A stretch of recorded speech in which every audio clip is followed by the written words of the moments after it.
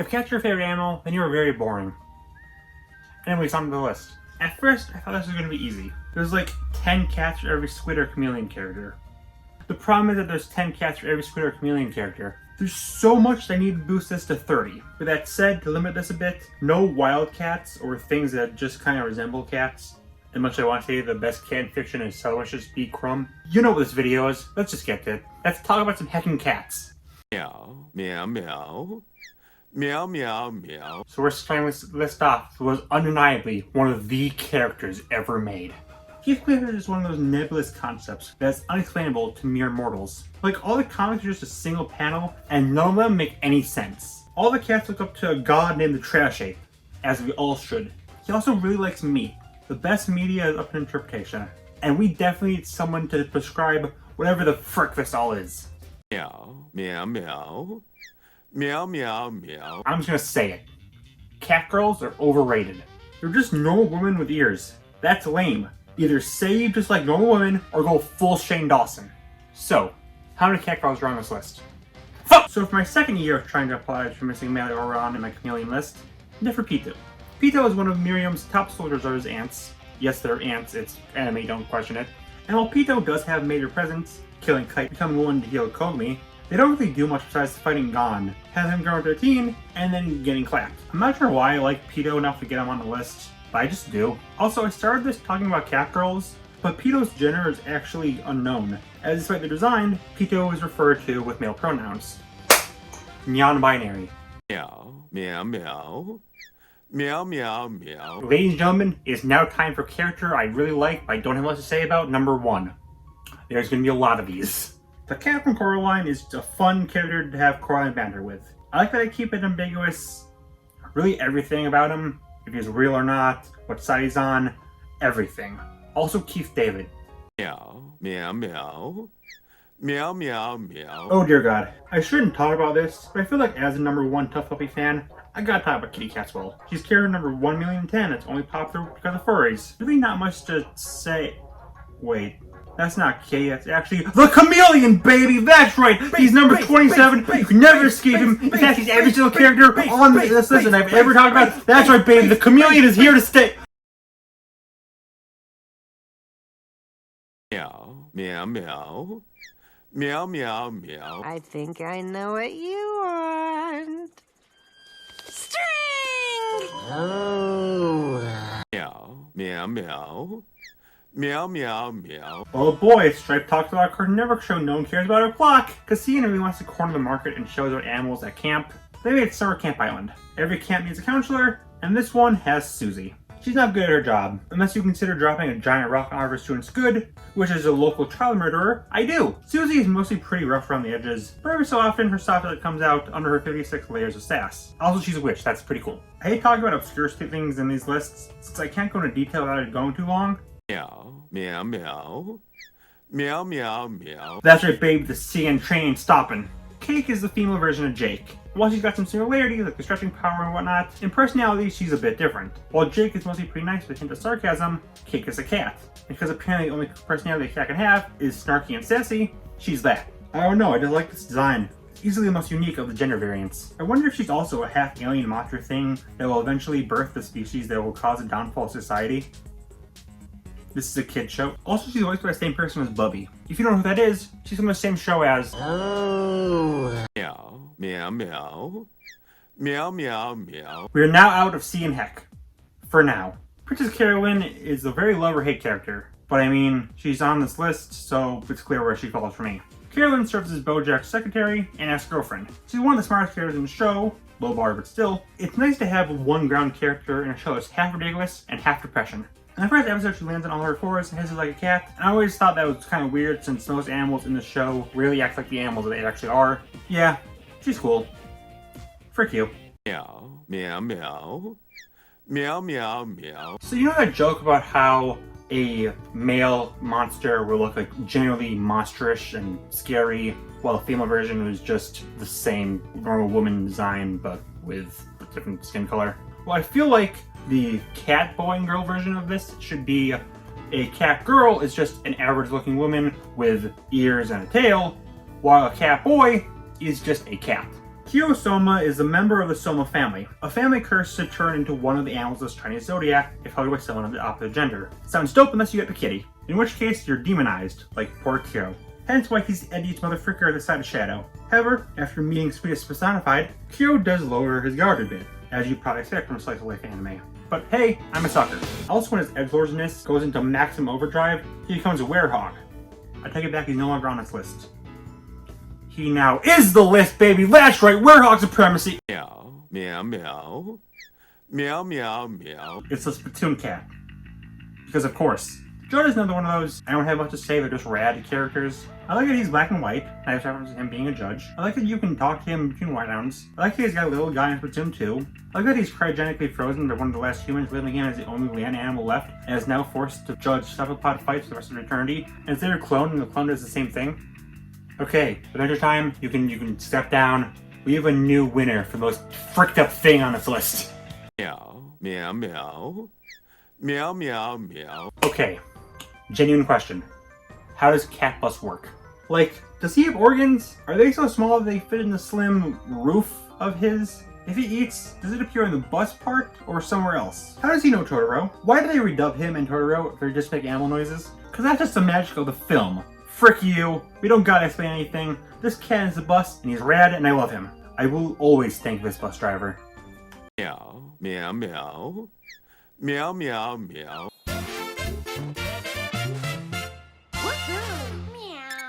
I will arrive at the gates of heaven, and I will be rejected.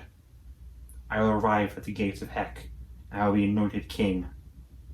I will arrive at the gates of purgatory, and I don't know, be shot out of a cannon. I don't know, that's for Dead Strike to figure out. I don't freaking know.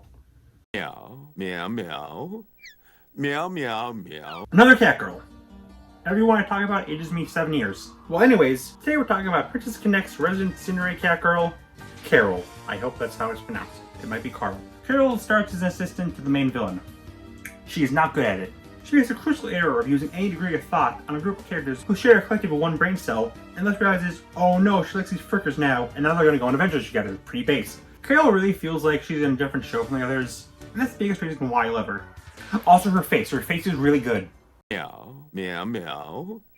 Meow, meow, meow. So I'm a big advocate of ambiguity in media. I like there being some sort of mystery there, something we don't know, something we can discuss. Let me look back at the Coraline cat, for example.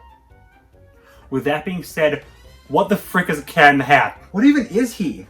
Is he a human-sized cat? Does him keeping things 1 and 2 locked up count as slave labor? Why am I repeating a joke from 6 segments ago? For the same gosh dang reason, like poetry, it rhymes. Part of the appeal of Seuss is the nonsensicalness of it all, and I like that it really works the best with the cat. In a story about trying to make a fun in an unfun situation, it makes sense the main character is a wacky motherfricker. It also checks out why he's easily my favorite Seuss book as a kid. So, if he's so iconic and has such a strong connection to my childhood, why doesn't he make the top half of the list? This is why. Meow, meow, meow.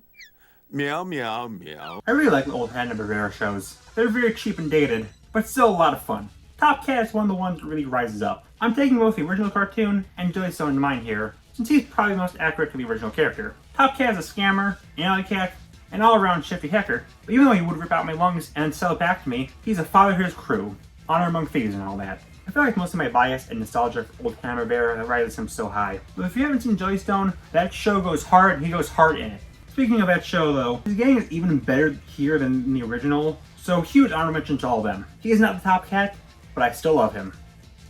Also, 16's cat did not roll off the tongue very well. Meow, meow, meow.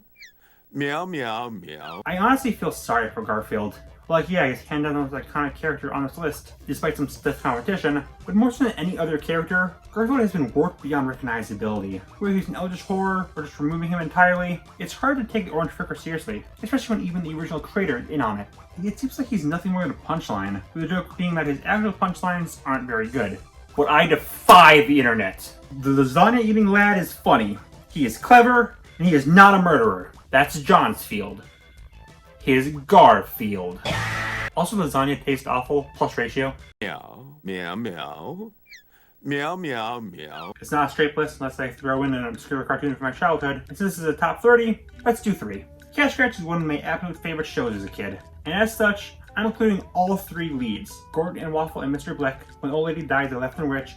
Legend, the cars, rides, the kick, cat scratch! These 3 all compete for who can be the most cartoon stereotype of them all. That is what you'd get if you take the self-standing greedy main character and made it that he would literally commit homicide for $1. He's clearly away night, and that just brings so much to his character. Waffles was my favorite as a kid. He's a random funny man who yells about newts. Basically my spirit animal, and my favorite of the 3. Gordon is a presumably adult cat who has a crush on a human child. I will not talk about him. You know, I wonder what the creator of the show is doing. Oh. Meow, meow, meow. Meow, meow, meow. A black cat, number 13. I've definitely cursed someone. Mao Mao's intro is very lighthearted and happy and heroic, and you get the dude himself, and he probably has a higher body count than the villains. I think this works though, without feeling uncomfortable, because Mao himself really does want to be a good hero. He's genuinely trying to help the town out, and is a good role model to adore Bat. He just made the mistake of being in a Cartoon Network show, and thus he must be a sociopath. His Joker arc is one of legend. Also, it's been 3 years since we've gotten an episode of the show. You know, maybe he's the cursed one. Meow, meow, meow.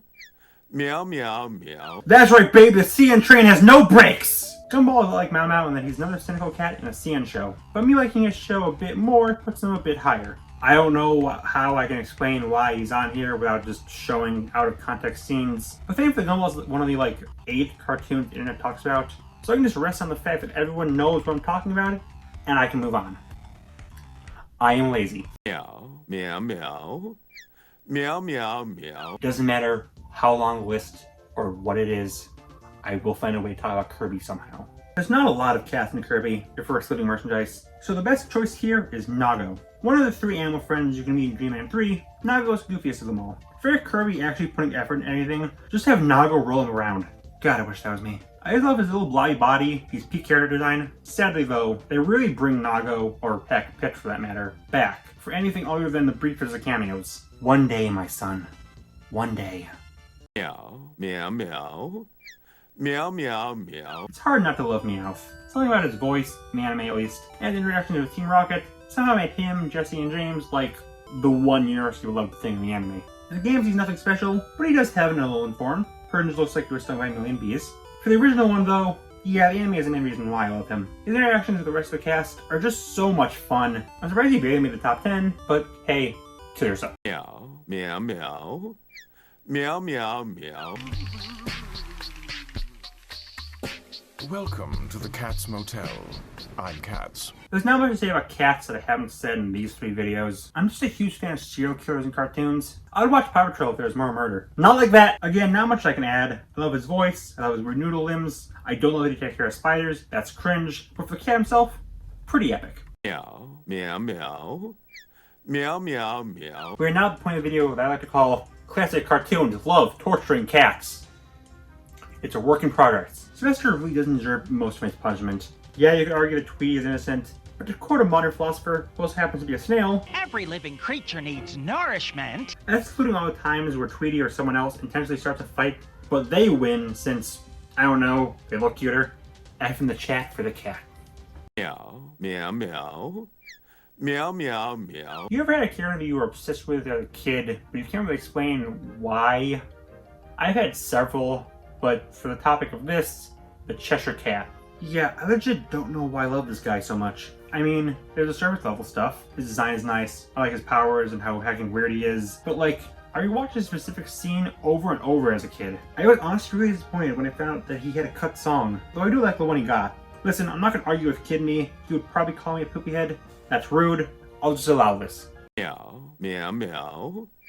Meow, meow, meow. It's funny how the big complaint thrown at the Sonic series in the 2010s was its overuse of side characters. When you look at the games, they rarely use them. It really sucks. I really love a lot of them. It's hard to pick my favorite, but gun to my head, I'd probably say Blaze the Cat. Blaze is really the most fleshed out Sonic character. I love her little arc of going on from a depressed, serious loner to someone who can open up and roll with the stupidity of everyone around her. It's like my life in reverse! She's also just got a great design. She looks cute, awesome, regal, and powerful all at once. I feel like all the entries in the top 10 have just been me saying, I don't know I like them, but that's how it is. Blaze is great, and of every purple cat I think of, she's easily the second best. That's right, be the cat time! Meow, meow, meow.